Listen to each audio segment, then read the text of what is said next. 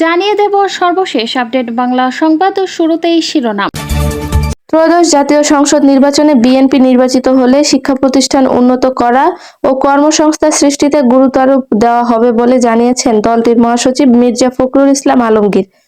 তিনি বলেছেন, যদি আমরা সুযোগ পাই, জনগণের ভালোবাসায় যদি আমরা নির্বাচিত হতে পারি, তাহলে নিশ্চয়ই আমরা এই ঠাকুরগাঁও অঞ্চলের উন্নয়ন, সামাজিক পরিবেশকে উন্নত করা, এখানে শিক্ষা প্রতিষ্ঠানগুলোকে উন্নত করা, আমাদের আর্থ-সামাজিক অবস্থাকে উন্নত করা এবং অর্থনৈতিক যে কর্মকাণ্ড সেগুলো আরো বৃদ্ধি করা, মানুষের কর্মসংস্থান সৃষ্টি করা, এই বিষয়গুলোকে আমরা সবচেয়ে গুরুত্বারোপ করব। আমাদের কৃষকদের যে সমস্যা, সেই সমস্যায় আমরা সমাধান করার চেষ্টা করব। সোমবার ঠাকুরগাঁওয়ে মনোনয়ন ফরম জমা দিয়ে এসব কথা বলেন তিনি।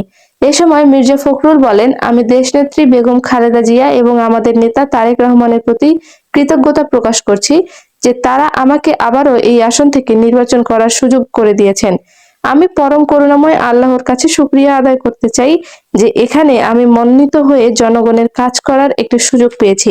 তিনি বলেন, দীর্ঘ সংগ্রাম, রক্তপাত, ত্যাগ, তিতিক্ষা এবং নির্যাতনের পরে দীর্ঘদিনের পরে আমরা বাংলাদেশের মানুষ ভোটাধিকার ফিরে পেয়েছি এবং আগামী 12 ফেব্রুয়ারি যে জাতীয় সংসদ ত্রয়োদশ জাতীয় সংসদের নির্বাচন অনুষ্ঠিত হবে, এই নির্বাচনে আমরা বাংলাদেশ জাতীয়তাবাদী দলের পক্ষ থেকে ঠাকুরগাঁও 1 আসনে আমি আমার দল দ্বারা মনোনীত হয়েছি।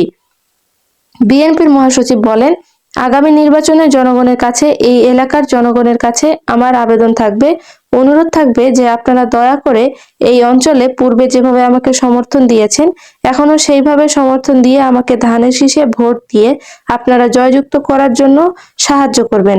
আল্লাহ তাআলার কাছে দোয়া চাই, আল্লাহ তাআলা যেন আমাদের তৌফিক দেন, যেন আমরা সেইভাবে কাজ করতে পারি। জনগণের কাছে আবারও আমরা দোয়া চাচ্ছি।